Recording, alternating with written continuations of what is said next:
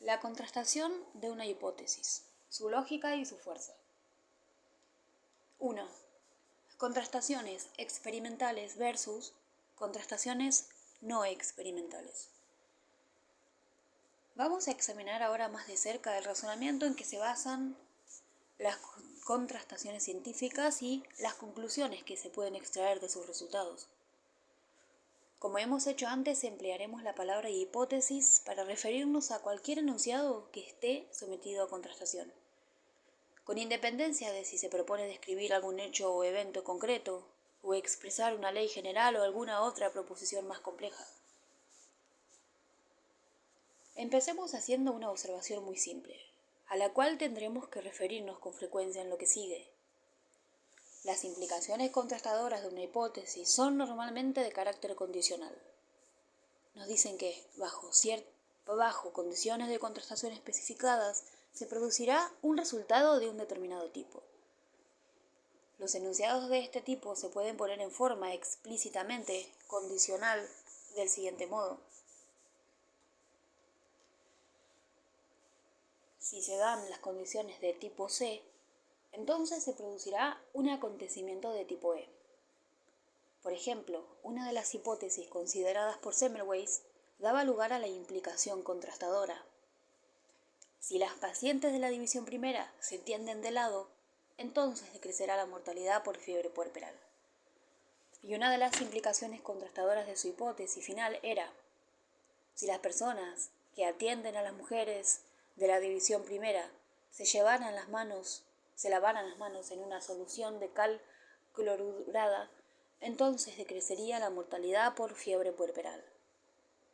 De modo similar, las implicaciones contrastadoras de la hipótesis de Torricelli incluían enunciados condicionales tales como: si transportamos un barómetro de Torricelli a una altura cada vez mayor, entonces su columna de mercurio tendrá cada vez menor longitud. Estas implicaciones contrastadoras son entonces implicaciones en un doble sentido.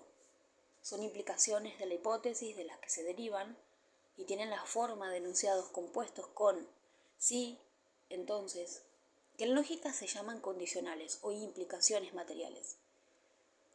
En cada uno de los tres ejemplos citados, las condiciones especificadas de contrastación C son tecnológicamente reproducibles y se pueden, por tanto, provocar a voluntad.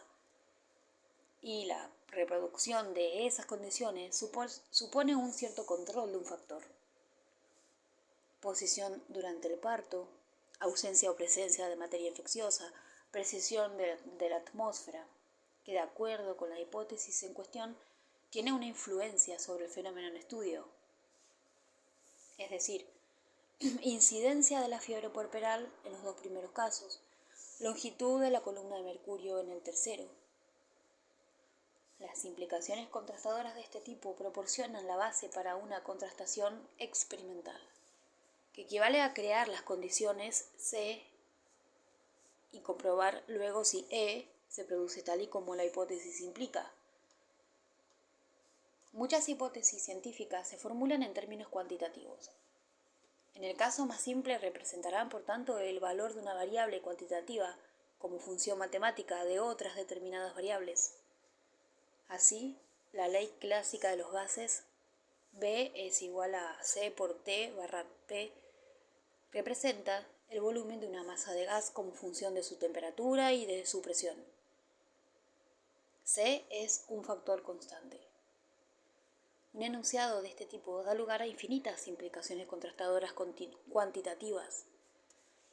En este ejemplo, estas tendrán la forma siguiente. Si la temperatura de una masa de gas es T1 y su presión es P1, entonces su volumen es C.T1 barra P1. Y una contrastación experimental consiste entonces en variar los valores de las variables independientes y comprobar si la variable dependiente asume los valores implicados por la hipótesis. Cuando el control experimental es imposible, cuando las condiciones C mencionadas en la implicación contrastadora no pueden ser provocadas o variadas por medios tecnológicos disponibles, entonces habrá que contrastar la hipótesis de un modo no experimental, provocando o esperando que se produzcan casos en que esas condiciones especificadas se den espontáneamente, y comprobando luego si se produce también. Se dice a veces que en la contrastación experimental de una hipótesis cuantitativa, las cantidades mencionadas en la hipótesis solo se varían de una en una, permaneciendo constantes todas las demás condiciones. Pero esto es imposible. En una contrastación experimental de la ley de los gases, por ejemplo, se puede variar la presión mientras la temperatura se mantiene constante, o viceversa, pero hay muchas otras circunstancias que pueden cambiar durante el proceso, entre ellas quizá la humedad relativa, la brillantez de la iluminación y la fuerza del campo magnético en el laboratorio, y desde luego la distancia entre el cuerpo y el sol o la luna.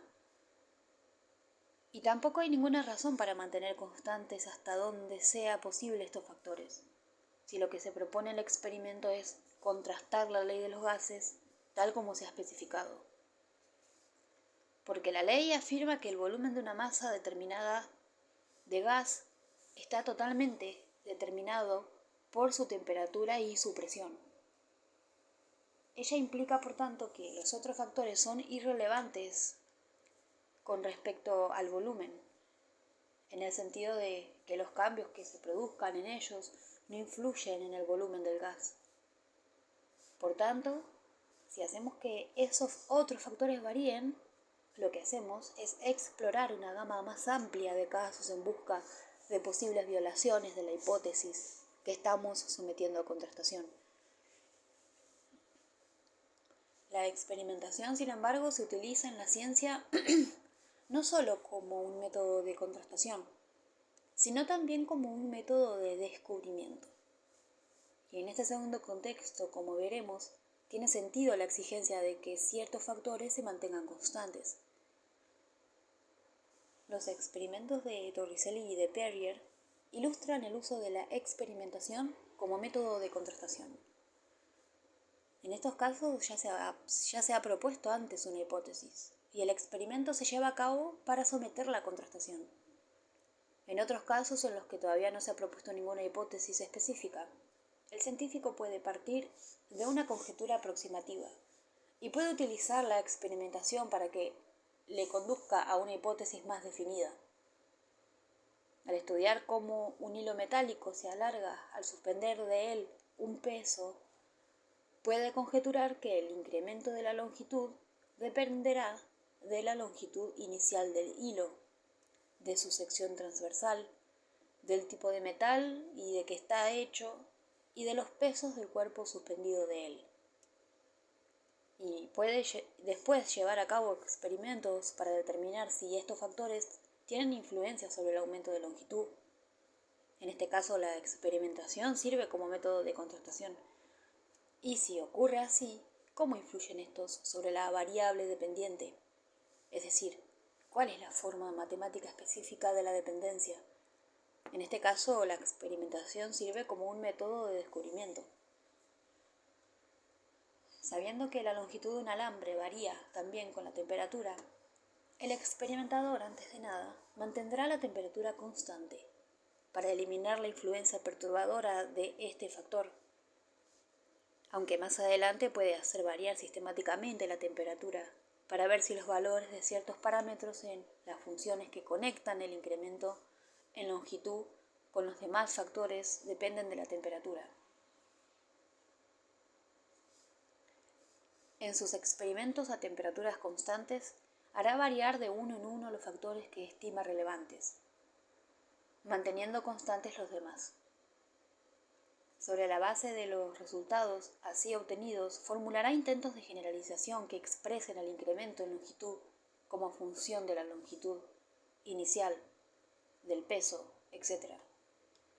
Y a partir de aquí puede proceder a construir una fórmula más general que represente el incremento en longitud como función de todas las variables examinadas. Así pues, en casos de este tipo, en los que la experimentación juega un papel heurístico, un papel de guía en el descubrimiento de hipótesis, tiene sentido el principio de que se han de mantener constantes todos los factores relevantes, excepto uno. Pero por supuesto lo más que se puede hacer es mantener constantes todos menos uno de los factores que se presumen relevantes, en el sentido de que afectan al fenómeno que estamos estudiando. Queda siempre la posibilidad de que se hayan pasado por alto algunos otros factores importantes. Una de las características notables y una de las grandes ventajas de la ciencia natural es que muchas de sus hipótesis admiten una contrastación experimental. Pero no se puede decir que la contrastación experimental de hipótesis sea un rasgo distintivo de todas y solo las ciencias naturales. Ella no establece una línea divisoria entre la ciencia natural y la ciencia social, porque los procedimientos de contrastación experimental se utilizan también en psicología y, aunque en menor medida, en sociología. Por otra parte, el alcance de la contrastación experimental aumenta constantemente a medida que se va poniendo a punto los recursos tecnológicos necesarios. Además, no todas las hipótesis de las ciencias naturales son susceptibles de contrastación experimental. Tomemos, por ejemplo, la ley formulada por Leavitt y Shapley para las fluctuaciones periódicas en la luminosidad de un cierto tipo de estrella variable, las llamadas cefeidas clásicas, las cefeidas. La ley afirma que cuanto más largo es el periodo P de la estrella, es decir, el intervalo de tiempo entre dos estados sucesivos de máxima luminosidad, tanto mayor es su luminosidad intrínseca. En términos cuantitativos, m es igual a menos paréntesis a más b punto log p, cierro paréntesis, donde m es la magnitud, que por definición varía inversamente a la luminosidad de la estrella.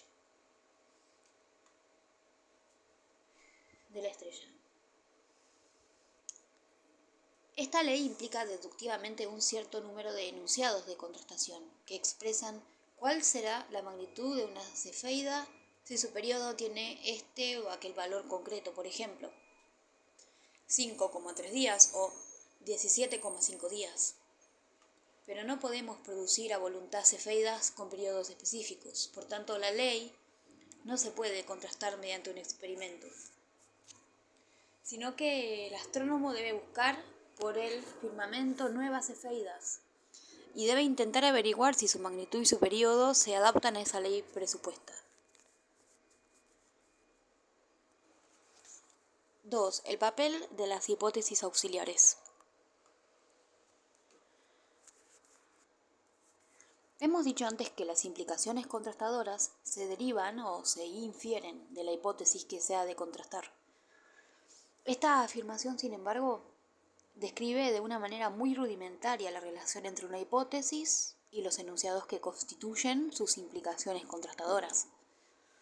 En algunos casos, ciertamente es posible inferir deductivamente, a partir de una hipótesis, ciertos enunciados condicionales que pueden servirle de enunciados contrastadores. Así como acabamos de ver, la ley de Leavitt-Shapley implica deductivamente enunciados de la forma: si la estrella S es una cefeida con un periodo de tantos días, entonces su magnitud será tal y tal. Pero ocurre con frecuencia que la derivación de una implicación contrastadora es menos simple y concluyente. Tomemos, por ejemplo, la hipótesis de Semmelweis de que la fiebre puerperal está producida por la contaminación con materia infecciosa. Y consideremos la implicación contrastadora de que si las personas que atienden a las pacientes se lavan las manos en una solución de cal clorurada, entonces decrecerá la mortalidad por fiebre puerperal. Este enunciado no se sigue deductivamente de la hipótesis sola. Su derivación presupone la premisa adicional de que, a diferencia del agua y el jabón por sí solos, una solución de cal clorural destruirá la materia infecciosa. Esta premisa, que en la argumentación se da implícitamente por establecida, juega el papel de lo que llamaremos supuesto auxiliar o hipótesis auxiliar en la derivación del enunciado contrastador a partir de la hipótesis de Semmelweis. Por tanto, no estamos autorizados a afirmar aquí que si la hipótesis H es verdadera, entonces debe serlo también la implicación contrastadora I, sino solo que si H y la hipótesis auxiliar son ambas verdaderas, entonces también lo será I. La confianza en las hipótesis auxiliares, como veremos, es la regla, más bien que la excepción. La confianza en las hipótesis auxiliares, como veremos, es la regla, más bien que la excepción, en la contrastación de hipótesis científicas. Y de ella se sigue una consecuencia importante para la cuestión de si se puede sostener que un resultado desfavorable de la contrastación, es decir, un resultado que muestra que I es falsa, refuta la hipótesis sometida a investigación. Si H sola implica I, y si los resultados empíricos muestran que I es falsa, entonces H debe ser también calificada de falsa. Esto lo concluimos siguiendo la argumentación llamada el modus tollens. Pero cuando I se deriva de H y de una o más hipótesis auxiliares A, entonces el esquema debe ser sustituido por el siguiente. Si H y A son ambas verdaderas, entonces también lo es I. Pero, como se muestra empíricamente, I no es verdadera. H y A no son ambas verdaderas. Así pues, si la contrastación muestra que I es falsa, solo podemos inferir que o bien la hipótesis o bien uno de los presupuestos auxiliares incluidos en A debe ser falso. Por tanto, la contrastación no proporciona una base concluyente para rechazar H. Por ejemplo, aunque la medida antiséptica tomada por Semmelweis no hubiera ido seguida de un descenso de la mortalidad, su hipótesis podría haber seguido siendo verdadera. El resultado negativo de la contrastación podía haber sido debido a la ineficacia antiséptica del cloruro de la solución de cal. Una situación de este tipo no es una mera posibilidad abstracta. El astrónomo Tycho Brahe, cuyas cuidadosas observaciones proporcionaron la base empírica para las leyes del movimiento planetario de Kepler, rechazó la concepción copernicana de que la Tierra se mueve alrededor del Sol. Dio, entre otras, la siguiente razón. Si la hipótesis de Copérnico fuera verdadera, entonces la dirección en que una estrella fija sería visible para un observador situado en la Tierra en un momento determinado del día cambiaría gradualmente, porque en el curso del viaje anual de la Tierra alrededor del Sol, la estrella sería observada desde un punto constantemente cambiante.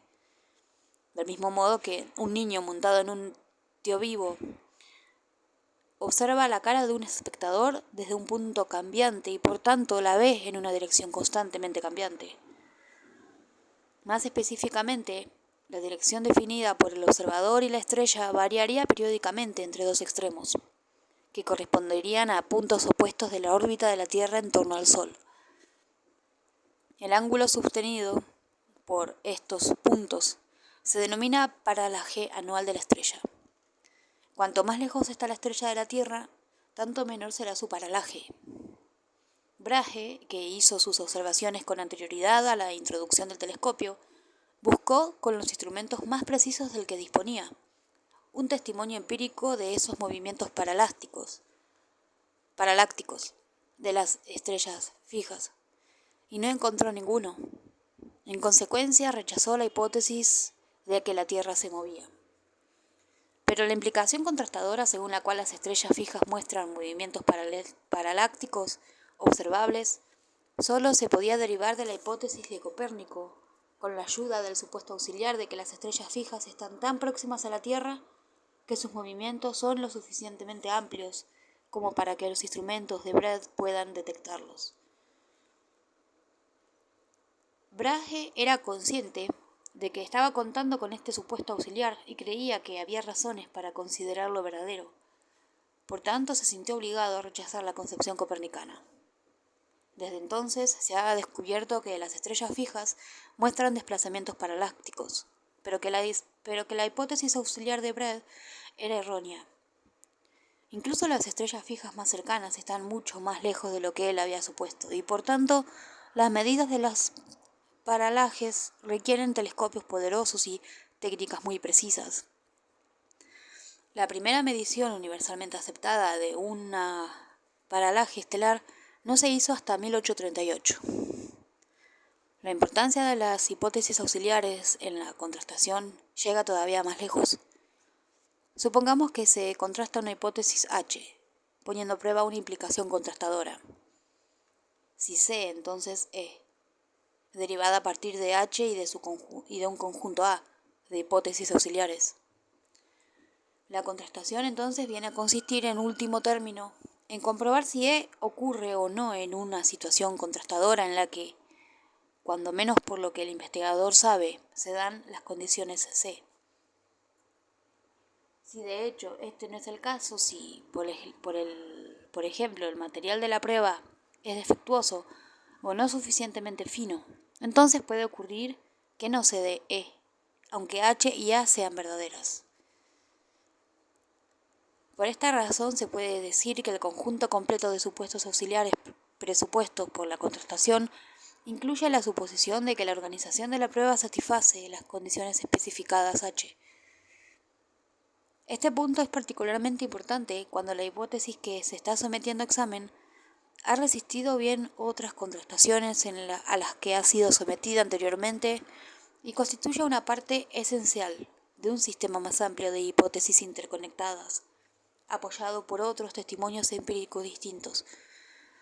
En ese caso, se hará verosimilmente un esfuerzo por explicar el hecho de que no se haya producido E, mostrando que algunas de las condiciones C no estaban satisfechas en la prueba.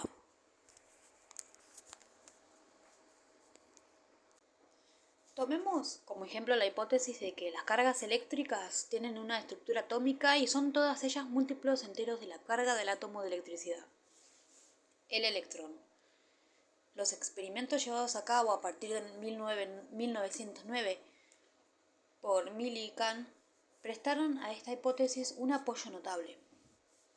En estos experimentos, la carga eléctrica de una gota extremadamente pequeña de algún líquido, tal como aceite o mercurio, se determinaba midiendo las velocidades de las gotitas al caer por el influjo de la gravedad o al elevarse bajo la influencia de un campo magnético que actuaba en dirección opuesta. Millikan observó que todas las cargas eran o bien iguales a una cierta carga mínima básica o bien múltiplos enteros de esta misma carga mínima, que él entonces identificó como la carga del electrón. Sobre la base de numerosas mediciones muy cuidadosas, dio su valor en unidades electroestáticas: 4,774 por 10 a la menos 10. Esta hipótesis fue pronto discutida desde Viena por el físico Ehrenfest, quien anunció que había repetido el experimento de Millikan y había encontrado cargas que eran considerablemente menores que la carga electrónica especificada por Millikan.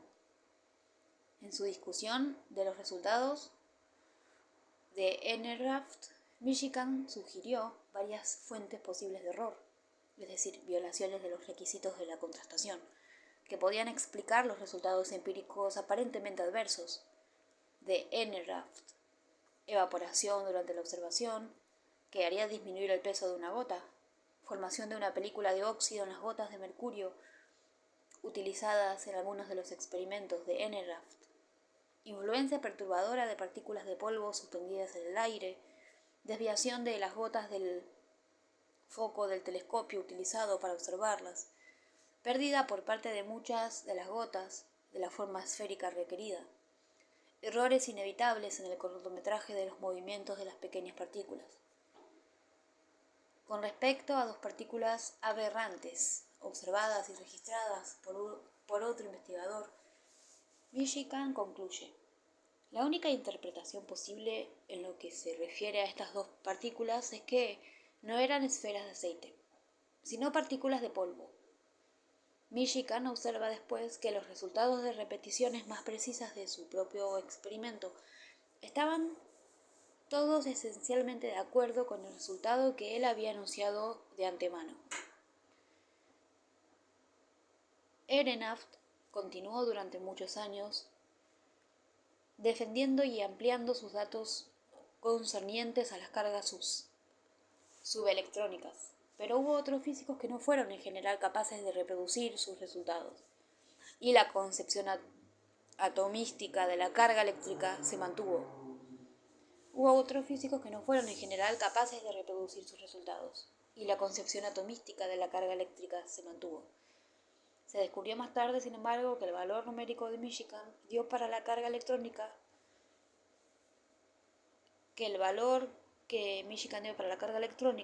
pecaba ligeramente por defecto. Es interesante señalar que la desviación era debida a un error en una de las propias hipótesis auxiliares de Millikan. Había utilizado un valor demasiado bajo para la viscosidad del aire al evaluar los datos relativos a su gota de aceite. 3. Contrastaciones cruciales. Las observaciones anteriores tienen importancia también para la idea de una contrastación crucial, que se puede describir brevemente del siguiente modo. Supongamos que H1 y H2 son dos hipótesis rivales relativas al mismo asunto que hasta el momento han superado con el mismo éxito las contrastaciones empíricas. De modo que los testimonios disponibles no favorecen a una de ellas más que a la otra. Entonces es posible encontrar un modo de decidir entre las dos si se puede determinar alguna contrastación con respecto a la cual H1 y H2 predigan resultados que están en conflicto. Es decir, si, dado un cierto tipo de condición de contrastación, C, la primera hipótesis, da lugar a la implicación contrastadora. Si C, entonces E1.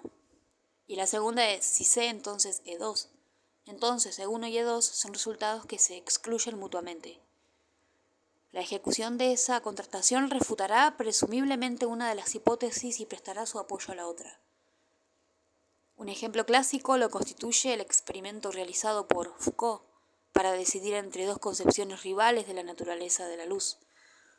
Una de ellas, propuesta por Huygens y desarrollada después por Fresnel y Young, sostenía que la luz